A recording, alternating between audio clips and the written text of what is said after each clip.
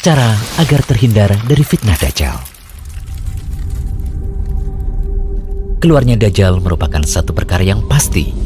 Dajjal akan berusaha menyesatkan manusia dari jalan Allah Subhanahu wa Ta'ala, sehingga orang yang beriman semestinya mengetahui sifat serta fitnah-fitnah Dajjal agar terhindar dari kesesatannya.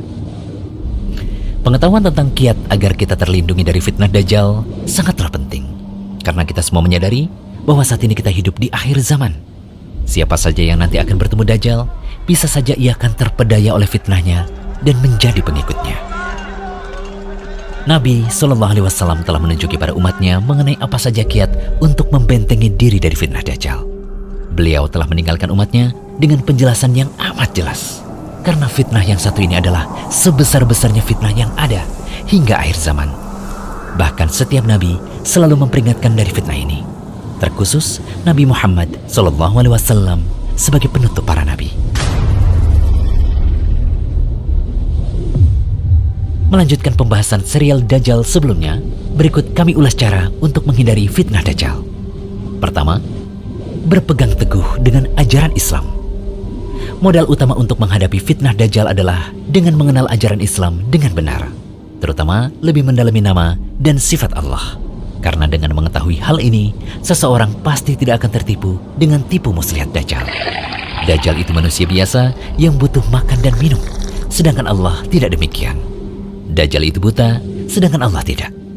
Tidak ada seorang pun yang dapat melihat Allah di dunia sampai ia mati. Adapun Dajjal bisa dilihat oleh manusia, baik yang mukmin maupun yang kafir.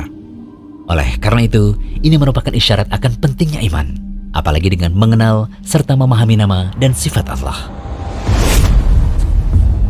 Mengenai hal ini, kita dapat melihat pada kisah yang disebutkan dalam hadis Abu Sa'id Al-Khudri berikut ini. Dajjal muncul, lalu seseorang dari kalangan kaum mukminin menuju ke arahnya. Lalu bala tentara Dajjal yang bersenjata menemuinya. Mereka bertanya, "Mau kemana kamu?" Mukmin itu menjawab, "Hendak ke orang yang muncul itu." Mereka bertanya lagi, "Apa kamu tidak beriman kepada Tuhan kami?" Mukmin itu menjawab, "Rob kami tidaklah samar." Mereka berkata, "Bunuh dia." Lalu mereka saling berkata satu sama lain, "Bukankah Tuhan kita melarang untuk membunuh seseorang tanpa perintahnya?" Mereka membawanya menuju Dajjal. Saat orang mukmin melihatnya, ia berkata, "Wahai sekalian manusia, inilah Dajjal yang disebut oleh Rasulullah SAW."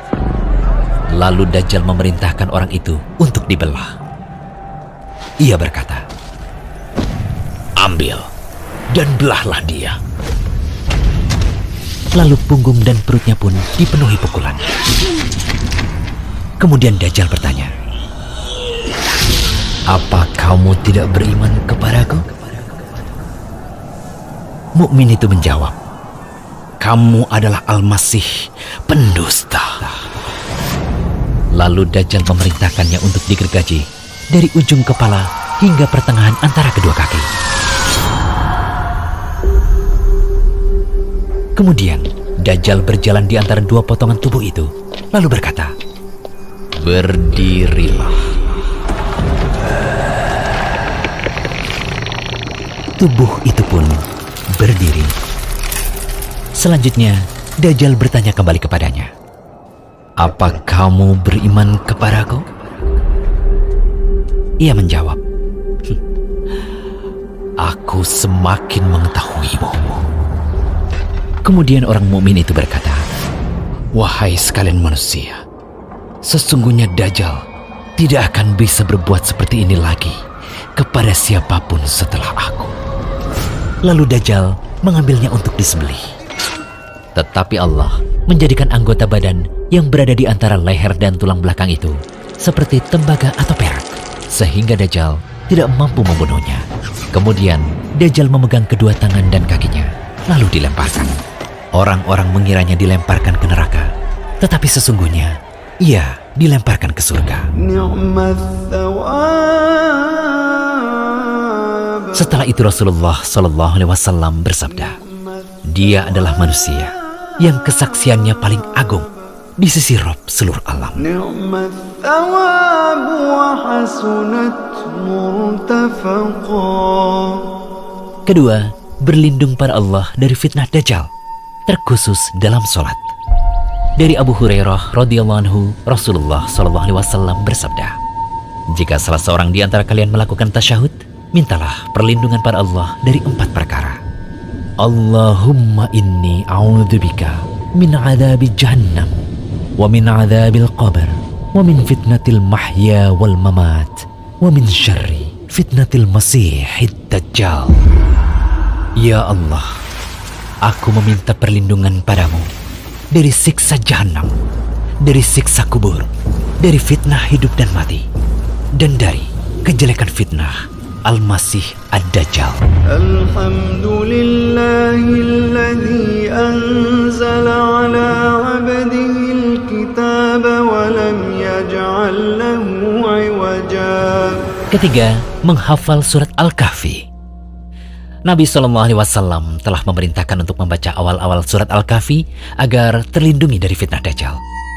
Dalam riwayat lain disebutkan akhir-akhir surat Al-Kahfi yang dibaca.